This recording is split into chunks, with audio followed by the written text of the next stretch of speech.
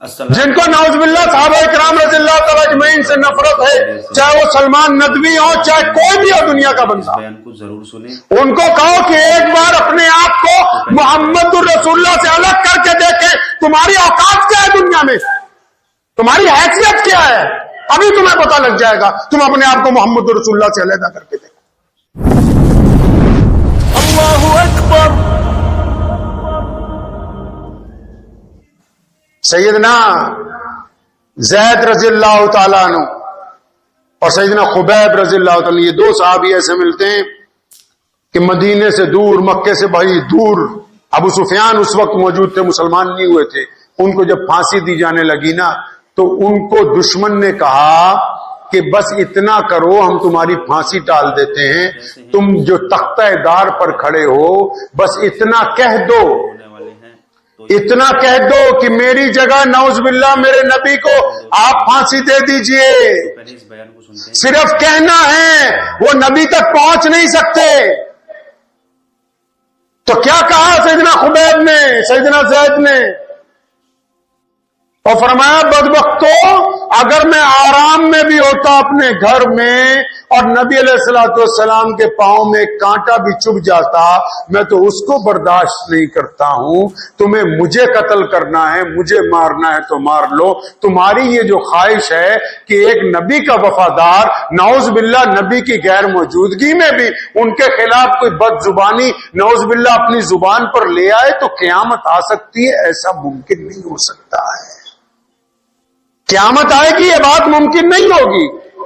زید بن حارثہ کو شاید آپ جانتے ہو، وہ ایک ایسے بچے ہیں جو نبی علیہ السلام کے گھر میں پلے اور بڑے شہزادے تھے، لیکن جب نبوت کے گھر میں پہنچے تو غلام تھے، بک کر آئے۔ وہ کہیں سفر میں جا رہے تھے، رستے میں ڈاکو نے حملہ کیا، گرفتار کر لیا، لا کے مکے میں بیچا۔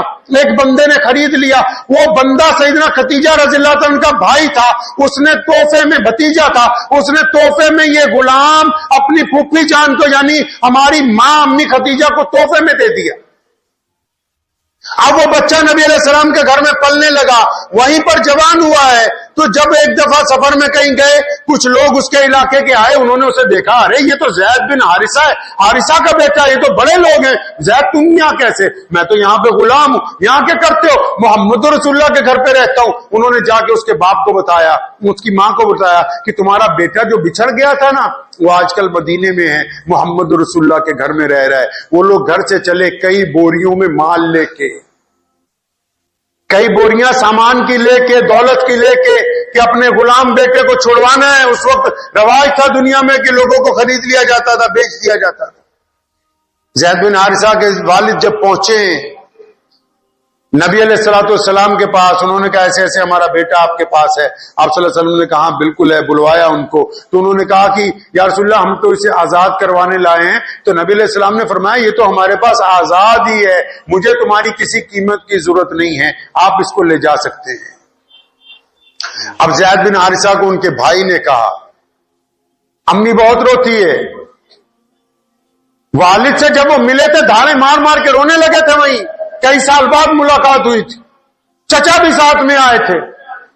اب انہوں نے جب سب سے مل ملا لیا، جب باپ نے، چچا نے کہا ہم تجھے لینے آئے، اب تجھے ہمارے ساتھ واپس اپنے گاؤں جانا ہے، اپنے شہر میں جانا ہے، تو زید بن حارثہ تو اچانک پلٹ گئے، مکر گئے، فرمانے لگے میں محمد الرسول اللہ کو چھوڑ کے جانے والا نہیں ہوں۔ باپ حیران ہے کہ ایک بندہ غلامی پر ترجیح دے رہا ہے آزادی کو، اپنے آپ کو غلام بنا کے رکھنا چاہتا ہے۔ تو ان کے بھائی نے، والد نے پوچھا یہاں ایسا کیا ہے، یہاں تو تو غلام ہے؟ فرمایا نہیں ابا جی، جو محمد رسول اللہ کے ساتھ رہتے ہیں وہ رسول اللہ کے غلام ہیں، دنیا کے مالک ہیں۔ وہ جو رسول اللہ کے غلام ہیں وہ کائنات میں معزز ہیں۔ جنہوں نے رسول اللہ کی غلامی کو اختیار کیا، اللہ نے ان کو عزت عطا فرمائی۔ ان کے بھائی اور والد کہتے ہیں کہ یہ حسن اخلاق جب ہم نے اپنے بیٹے سے سنا کہ یہ رسول اللہ کے گھر میں رہ کے اپنے آپ کو ماں باپ کے گھر میں رہنے سے زیادہ ترجیح دیتا ہے، تو ہم مجبور ہو گئے کہ ہم کلمہ لا الہ الا اللہ محمد رسول اللہ پڑھ کے ہم بھی مسلمان ہو جانے چاہیے۔ صحابہ کرام رضی اللہ تعالی اجمعین کی قربانی ہے، یہ ان کی قربانیاں ہیں صحابہ کرام رضی اللہ تعالی اجمعین کی. مولا علی کرم اللہ وجہ نے فرمایا تھا یا رسول اللہ جان مال تمام چیزوں سے بڑھ کر آپ ہیں ہمارے لیے. اور پھر مثال دے کے سمجھایا اپنے ساتھیوں کو کہ ہم تو اس حد تک رسول اللہ سے پیار کرتے ہیں جیسے کبھی شدت کی گرمی ہو اور بندے کو پانی نہ ملا ہو اور وہ چاہتا ہو کہ ایک ٹھنڈا پانی مل جائے. دل میں کتنی چاہت ہوتی ہے کہ میں ٹھنڈا پانی پیوں گا تو میرے جگر کو اندر طبیعت کو ٹھنڈک پہنچے گی. فرمایا یا رسول اللہ آپ تو ہمارے لیے ایسے ہیں جس طرح ہمیں امید ہو کہ ٹھنڈا پانی مل جائے گا, آپ اس سے بھی زیادہ ہم سے مانو. جو لوگ نعوذ باللہ آج کل صحابہ کرام رضی اللہ تعالی اجمعین پر تنقید کرنے کی کوشش کرتے ہیں, کون ہیں یہ لوگ؟ آپ سمجھتے ہیں مسلمان ہیں؟ نہیں. آپ سمجھتے ہیں منافق ہیں؟ نہیں. ارے یہ منافقوں سے بھی نیچے کے درجے کے مرتد ہیں, دشمن کے اعلی کار ہیں. کیوں؟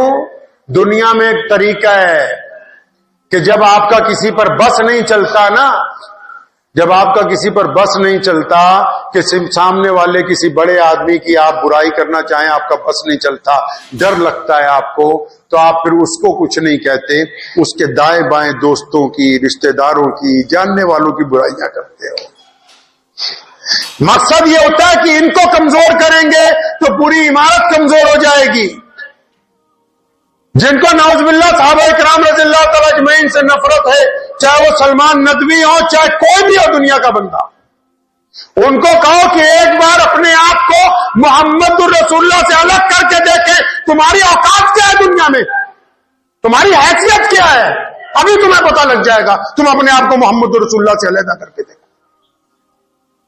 تمہاری جو حیثیت ہے, تمہاری جو اوقات ہے. میں اکثر ملت فروشوں کو, غداروں کو, بے ایمانوں کو بھی یہ بات کہا کرتا ہوں کہ تم یہ جو خوش ہو رہے ہو کہ ہماری ملت فروشی کی وجہ سے فلاں بڑا غیر مسلم ہمارے ساتھ ہے, فلاں لوگ ہمارے ساتھ ہیں, یا فلاں فرقہ ہمارے ساتھ ہیں, وہ ملت فروشوں اس لیے تمہارے ساتھ ہیں کیونکہ تم اپنے آپ کو مسلمانوں کا حصہ بتاتے ہو. جس دن تم یہ کہو گے کہ ہمارا دین سے کوئی تعلق نہیں ہے, تب تمہیں تمہاری اوقات پتہ لگے گی. تمہاری پوچھ بھی اس وقت تک ہے جب تک تم اپنے آپ کو اسلام کا حصہ بتاتے ہو. تو جیسے کہ اب رمضان شروع ہونے والا, اگر آپ اسلام کا حصہ نہیں ہوتے تو آپ کو کوئی نہ کہتا کہ تم کس کے خلاف کیا بکواس کرتی ہو. اور یاد رکھو یہ بڑی قیمتی بات ہے, میرے والد صاحب رحمت اللہ علیہ سے میں نے متعدد مرتبہ سنا, صحابہ رضی اللہ تعالیٰ عنہ کی شان میں بھی, اہل اللہ کی شان میں بھی, ولی جو ہوتے ہیں اللہ کے ان کی شان میں بھی, جو بندہ بے ادبی کرتا ہے,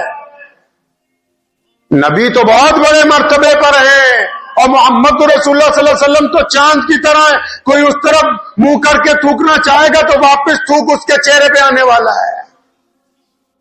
صحابہ ستاروں کی طرح ہیں, اگر چاند کی طرف منہ کر کے تھوکو گے تو واپس منہ پہ آئے گا, ستاروں کی طرف بھی اگر منہ کر کے تھوکو تو واپس منہ کے اوپر آئے گا. شیر اسلام مولانا حبیب الرحمان ثانی لدھیانوی رحمت اللہ علیہ فرمایا کرتے تھے کہ بیٹا اچھی طرح اس بات پر یقین کر لو کہ جس کو نعوذ باللہ صحابہ کرام رضی اللہ تعالی اجمعین پر تنقید کرنے کی عادت ہے, یا علماء حق پر تنقید کرنے کی عادت ہے, یا اللہ کے ولیوں پر تنقید کرنے کی عادت ہے, وہ 100% اس کا خون حلال کا نہیں ہے. جن رگوں میں حرام کا خون دوڑتا ہے بس وہی اہل بیت کے اور محمد رسول اللہ کے صحابہ کے خلاف بول سکتے ہیں. جن کی نسل حلال کی ہے, جن کے ماں باپ حلال کے ہیں, وہ کبھی رسول اللہ کے ساتھیوں کے خلاف نہیں بولتے. اگر یہ بات یقین نہ ہے میری اس بات پر تو سلمان میاں تم بھی اور جتنے اور بدبخت ہیں وہ بھی, آج کل تو سہولت دستیاب ہو گئی ہے, اپنا ڈی این اے ٹیسٹ کروا لو, 100% رقم حرام نکلو گے, کیونکہ جن رگوں میں حرام کا خون ہے وہ محمد رسول اللہ سے بغاوت کی بات کرتے ہیں. ورنہ جو دشمن بھی ہوتا ہے نا ہمارا, ہمارے سامنے جو آ کے لڑتا ہے, ہماری مخالفت میں لڑتا ہے, وہ کبھی بدتمیزی کی بات نہیں کرتا, وہ طاقت کے بل پہ لڑتا ہے. اور جو بدتمیزی اور غلاظت کی بات کرتے ہیں ان کی رگوں کے اندر جائز خون ہی نہیں ہے, اس لیے وہ گندی بات کرتے ہیں. وہ کہا نہیں کسی نے کہ دشمن بھی مجھ کو خاندانی چاہیے. اسلام نے آج تک جن سے مقابلہ کیا ہے, میدان جنگ میں جن لوگوں سے اسلام کی آج تک جنگیں رہی ہیں جو ہماری سامنے کی صفوں میں موجود رہے ہیں، وہ بھی گھٹیا نسل کے نہیں تھے. انہوں نے گری ہوئی باتیں نہیں کی. کبھی کبھی تاریخ اٹھاؤ، میں تعریف نہیں کر رہا. ابو جہل کی جب گردن اتارنے لگے تو اس نے کہا ذرا نیچے سے اتارنا. صحابہ نے پوچھا کیوں؟ کہ جب تمہارے نبی کے دربار میں گردنیں رکھی جائیں تو پتہ لگے کسی سردار کی گردنیں اونچی ہونی چاہیے. دشمن بھی خاندانی، یہ تو دشمنی کے قابل نہیں ہے جو صحابہ کی شان میں بدتمیزیاں کرتے ہیں. منافقت کے درجے سے نیچے، جہالت کے درجے سے نیچے. مسلمانوں یاد رکھو، یہ دین، یہ جو عمارتیں کھڑی ہیں پوری دنیا میں، چاہے وہ دیوبندیوں کی ہو، چاہے وہ بریلویوں کی ہو، چاہے وہ شیعوں کی ہو، چاہے وہ سنیوں کی ہو، چاہے وہ الگ الگ برادریوں کی ہو، الگ الگ رنگ اور نسل کی ہو، چاہے وہ کائنات کے کسی بھی مسلمان کی مسجد ہو، یہ اس وقت تک قائم ہے جب تک محمد رسول اللہ کے وفاداروں کی عزت قائم ہے، جب تک صحابہ کرام کی عزت قائم ہے. اگر کوئی صحابہ پر انگلی اٹھائے گا تو ان کا ایمان ختم ہو جائے گا، ایمان بچنے والا ہے. اپنے بچوں کو بتائیں، ہم تک جو دین پہنچا ہے صحابہ نے پہنچایا ہے. امام بخاری نے جتنی روایتیں کی ہیں صحابہ سے کی ہیں. امام ابو داؤد کی روایتیں صحابہ سے ہیں. امام نسائی کی روایتیں صحابہ سے ہیں. ابن تیمیہ نے کسی کو ریکارڈ کیا تو صحابہ کو کیا. امام سیوطی اگر کسی کا حوالہ دیتے تو صحابہ کو دیتے. اگر صحابہ ہے تو دین باقی ہے. اگر نعوذ باللہ صحابہ کے اوپر انگلی اٹھائی جائے گی تو آپ کے پاس دین باقی رہنے والا نہیں. ان کی محبت ایمان ہے، رکھیں گے انشاءاللہ. اور محبت کا تقاضا کیا ہوتا ہے بھائی؟ دیسی زبان میں سمجھاؤ. محبت کا تقاضا یہ ہے، السلام علیکم. امام ابو حنیفہ رحمت اللہ علیہ کو ایک دن شیطان آ گیا ملنے کے لیے. جیسے کہ اب رمضان شروع کہ امام صاحب ذرا یہ بتاؤ، اللہ کے ایک ہونے کی دلیل دو. حضرت نے 99 دلیلیں دی. اللہ کے تمام صفاتی نام کے ساتھ اس کی دلیل پیش کی بھی، اس نام کی یہ صفت ہے اور اللہ ایک ہے. شیطان نے اگلی بات کہی، کہنے لگا اچھا یہ 99 دلیلیں تو دے دی، ان میں سے آپ نے کس دلیل کے تحت اپنے رب کو ایک مانا ہے؟ آپ نے رسول اللہ کے بھی 99 نام ہیں، آپ نے کس نام کے تحت ان کو خاتم النبیین مانا ہے؟ امام صاحب کو اللہ نے بڑا ایمان اور بڑا دل گردہ دیا تھا. فرمایا بدبخت شیطان، تجھے یہ نہیں پتا کہ ہم اللہ اور اس کے رسول سے محبت کرتے ہیں؟ اللہ اس کے رسول صلی اللہ علیہ وسلم سے جن کی محبت ہوتی ہے، محبت بنا دلیل کے ہوتی ہے.